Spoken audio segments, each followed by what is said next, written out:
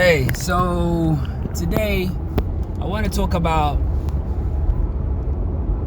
the thing is, don't you find it strange that suddenly, now that the alien conversation is in vogue, I mean, I think last week the Pentagon or something like this came out and said about an alien mothership, outside our solar system, like total complete dog crap, right? Because by their own narrative and their own understanding of or their own explanation of the universe, right? The universe is big, it's infinite, there are big planets and blah, blah, blah, blah, blah, blah, multiple universes, multiple planets and planetary systems and stuff like this. What makes you think that aliens would even have a mothership that you can see?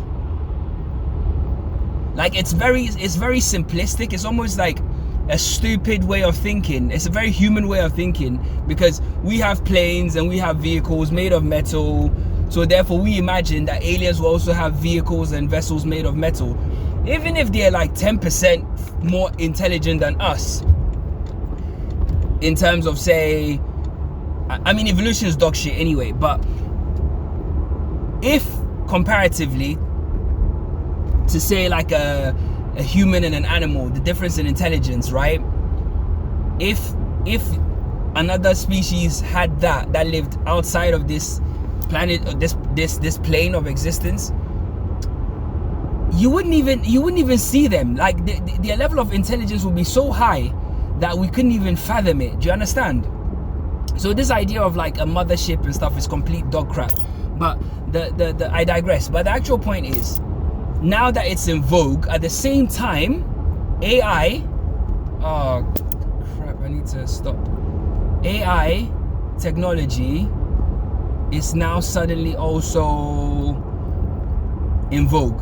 Okay, so like everything is kind of like AI based, AI this, AI that, ChatGPT, Tesla, and all these other like AI things are so commonplace now, right? It's like the norm in the world now. Like there are apps and stuff where you can literally put in 2, 3, 4 keywords and it will paint you a picture in seconds, right?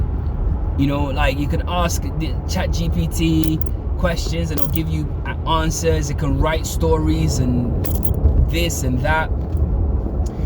For me, it's like it reveals itself in a way, because it's almost like, on the one hand, you have the alien conversation, right, which is human really, or like, yeah, it's a directive. It's yeah, let's not get ahead of ourselves here. And also the AI thing is all happening in tandem, which means that the AI technology, quantum computing, blah, blah, blah, it's now just basically showcasing itself that it's here, right?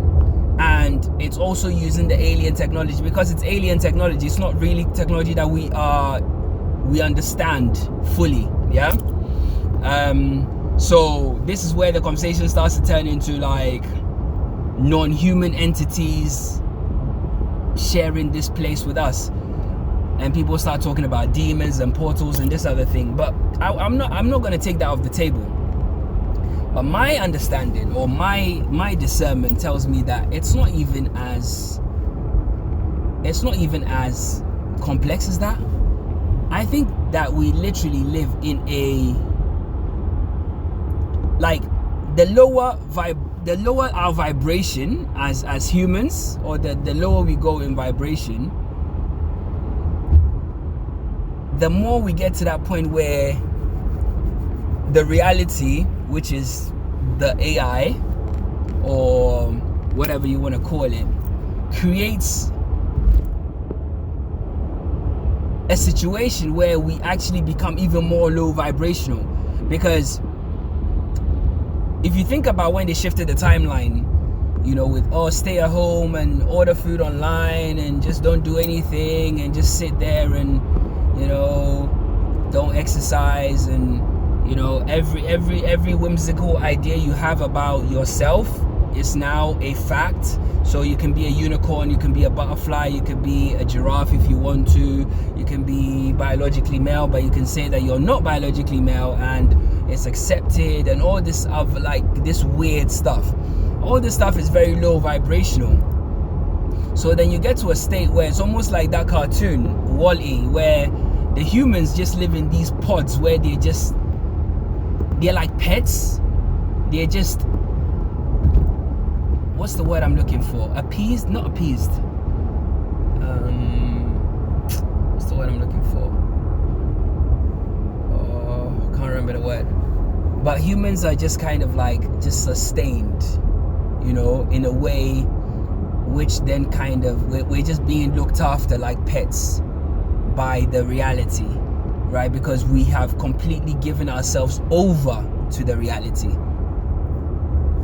You see, because that's my understanding, right? And I think the reality itself, it's sentient, because if you spend any time doing any research on retrocausality or like Mandela effects, or you know how they just couldn't, some of these things that happen in this reality just couldn't be pulled off by humans. It's not people in a room deciding, or the director deciding, or like a group of people on a need-to-know basis. It's just not humanly possible.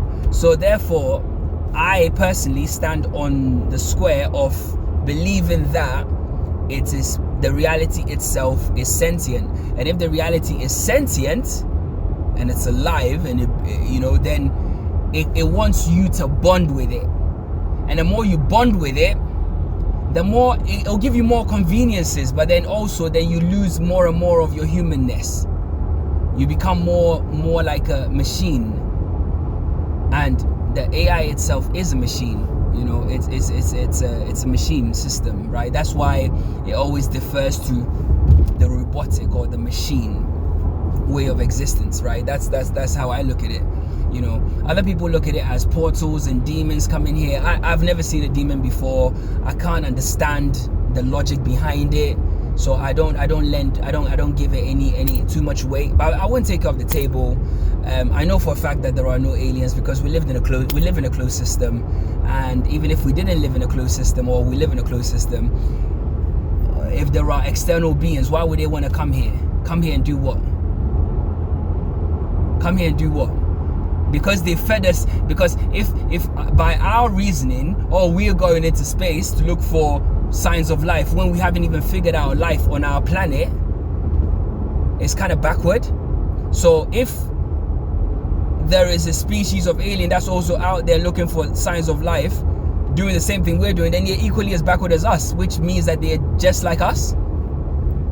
And by common deduction, then they are us. Do you see the logic there? You know, but yeah, because I mean, we can look at all the satellites and probes and unmanned spacecraft and satellites and all this stuff, and telescopes and stuff, they say, and it's all rubbish, it's all dog crap. We all know that's not real, because it's not possible. We know it's not humanly possible. We know scientifically it's not possible, because you can't send a telescope into space 60 years, 70 years ago, and for it to be returning images to you like this. I mean, I've got a video on my YouTube channel called Unmanned Space Travel is Dog Crap or something like this. Check it out. If I lay out some pretty good explanations there.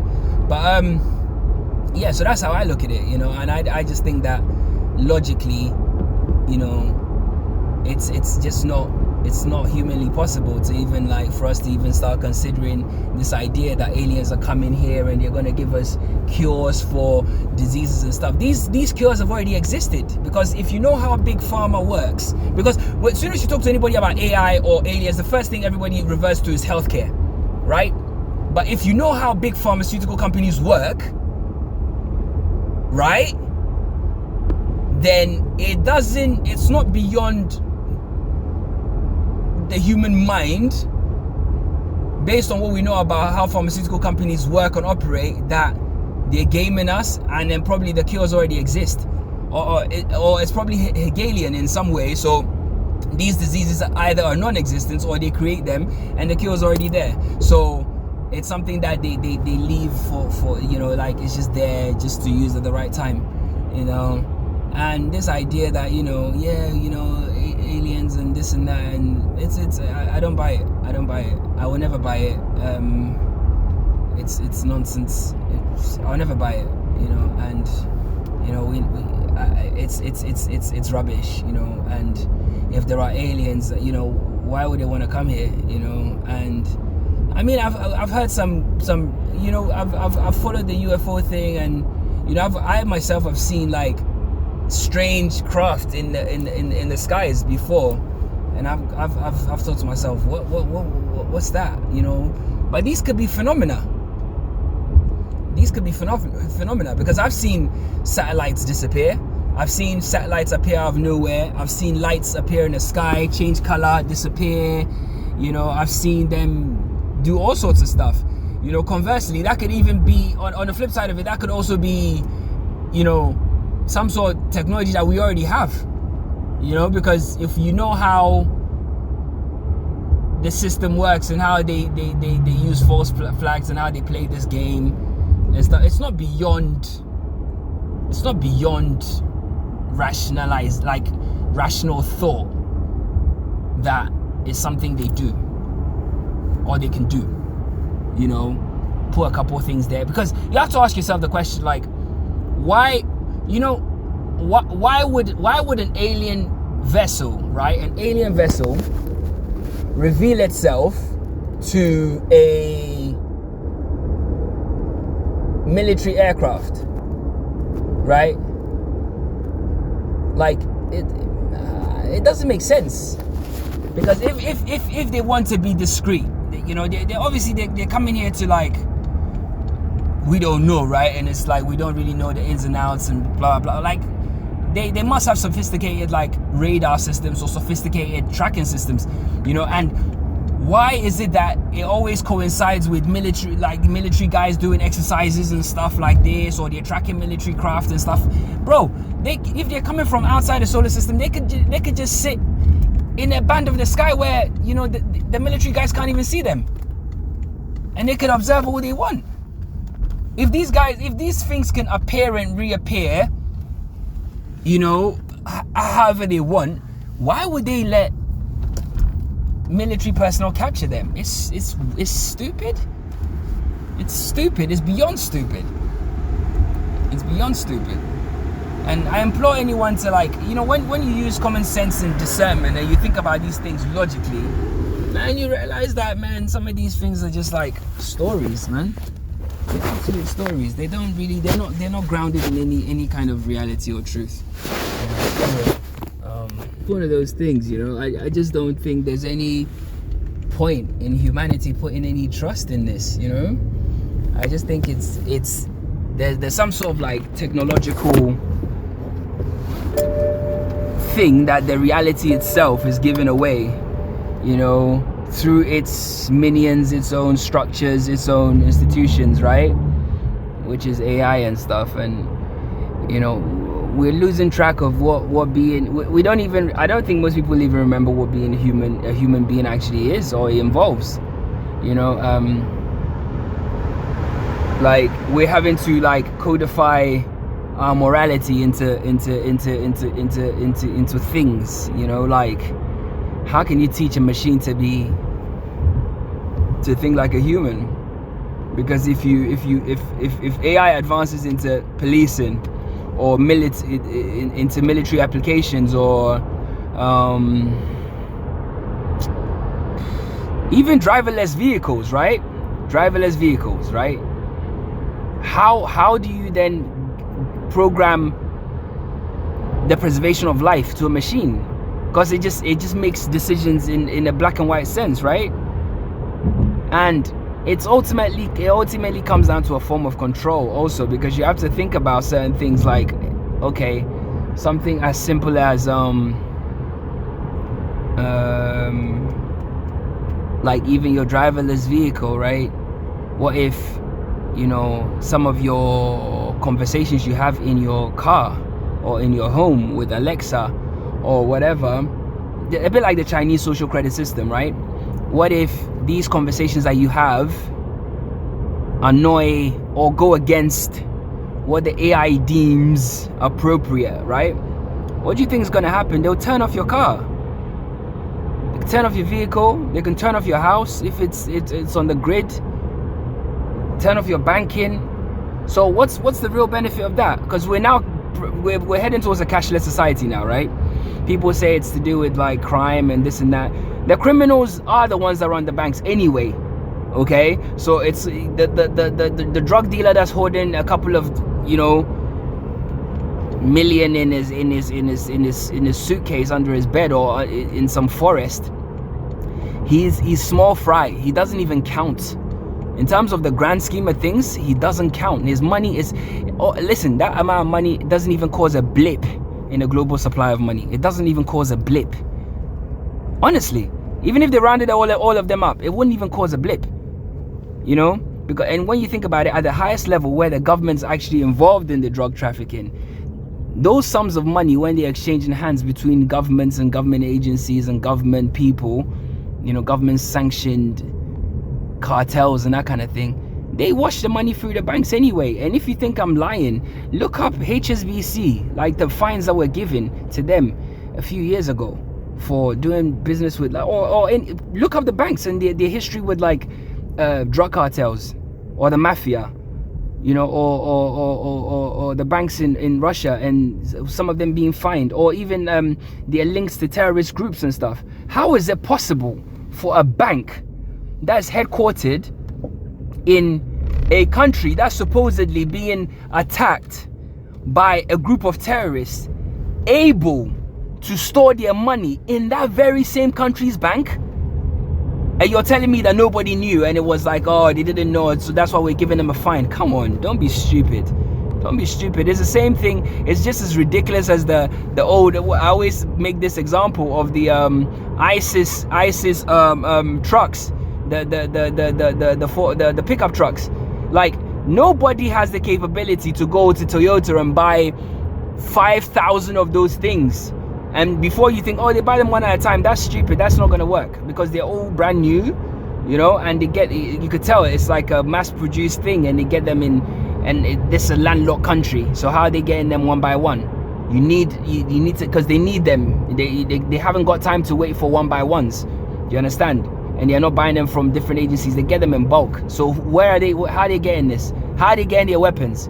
How are they buying weapons? Oh, it's the arms dealers. Okay, so what arm dealer? Let's think about this logically, right? Let's expose the system for what it is. So let's say Mr. Arms Dealer has a backdoor to a weapons manufacturer, yeah? Then he says, look, man, I need 100,000 machine guns, 1 million rounds of ammo, right? The guy says, yeah, cool, I'll take the money, I'll make it happen, right? So he makes it happen, right? But there's a supply chain. So the supply chain, somebody somewhere that's looking at that supply chain is going to have to fulfill that order of 100,000 machine guns and however many million rounds of ammo, which basically disappear off the books, right? And how can this happen repeatedly and nobody knows? In a big arms manufacturing company, if you believe this, you believe anything.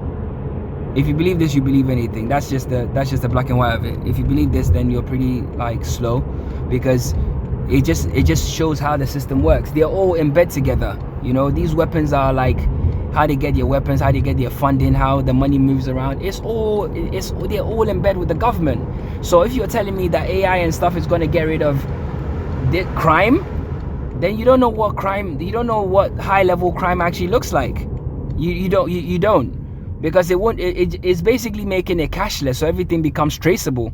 But the ones that have the capability of making the money untraceable will still be able to do so every day of the week, as they do right now. Because even, for example, you know, I just got back from Zurich the other day. Credit Suisse, there's the Swiss bank has a massive hole in its books, right? And the Swiss government has to bail it out, basically. They call it guarantees, but it's basically bailing it out, right? Through this merger with, I think, UBS. I can't remember all the details. I didn't read the entire story fully, but I know something like Credit Suisse is in some financial troubles, right? So if you break it down, right? So Credit Suisse has a hole, a big hole like this, right, in its accounts. Where is the money gone? Who has this money? Like, how does a bank lose this amount of money? And you say, oh, so they over leveraged themselves in their lending and stuff like this. Okay, who did they lend the money to? Who did they lend the money to? Because it can't be individuals. And if it's individuals, then show us the books. Because I know I spent a lot of time in Switzerland. It's not the average Swiss consumer, that's for sure.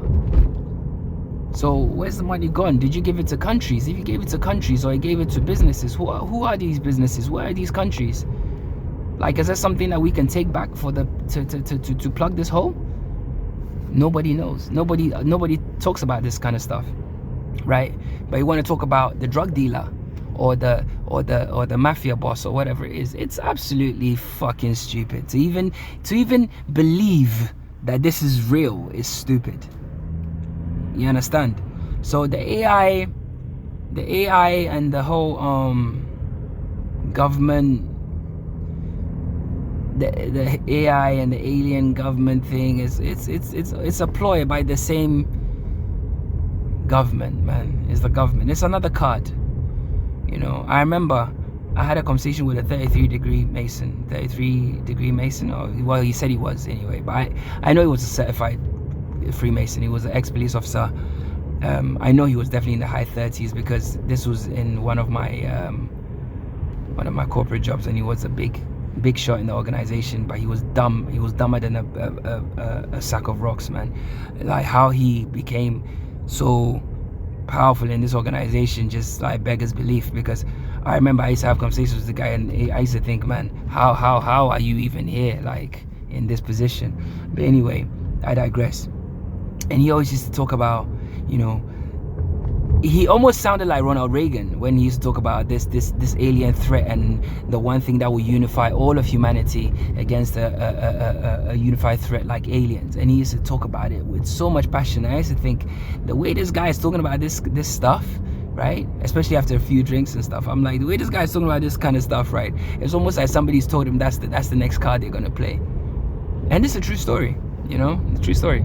Freemason told me that. You know, and he didn't tell me that that's what the Masons were. It was just something that he used to discuss a lot, and or maybe that's something he believed. Who knows? But regardless of the fact, it's almost like everybody kind of like, it's almost like the Hegelian thing. They've already set their stall out. You know, like once we release this thing, then the whole thing is gonna be one world government, one centralized point. Because, you know, if the aliens, there are no aliens, but if this deception goes ahead, right, then ultimately there has to be a conversation had between us and them, right? So we all have to speak as one, right? So if you think back, this is like, I'm just unwrapping the whole thing for you step by step. So if you think back, right, the head of the Catholic Church, like a big organization like the Catholic Church, you know, a few years ago, the Pope, he was going around the world trying to unify the church with other religions, you know, talking about how this, you know, all religions are this and all religions are, you know, it's just all one and all this one idea, you know, one world tower, you know, one. So, you know, one bank, you know, for everything, one unified. Let's have a space force. And you see, when even Trump mentioned the space force, Trump never said that a U.S. space force. Like, again, like he said it as like a global space force, because it wasn't like, oh, we need to get like a space force that's going to deal with the Russians, that old boogeyman, that whole rubbish story anyway. But he kind of said it as like a unified effort, right? And that again, another giveaway, because it's like, okay, why do we need a space force? Like, what, do you know something we don't know? You know, it's all rubbish, man. It's all rubbish. Like, you really need to keep your eyes open. You really need to keep your eyes open, because the same way they hit us, they hit everybody with the germ theory and the whole, you know, virus thing and terrorism thing, then global warming thing, then pandemic thing, and the immigration thing, then the food shortage thing, and the icebergs, the ice caps melting thing, and the countries being submerged underwater thing, and all these stories that they're just things, man. They're just things, because the world is still there, it's still intact, and every life goes on, bro. Life goes on. Nothing really changes, bro. So if nothing's really changing, and life is still there, and the ice caps are still there, the Maldives is still there, El Nino, which was supposedly a hole in the ozone layer, is still there, like, or whatever. Like, how did it seal up?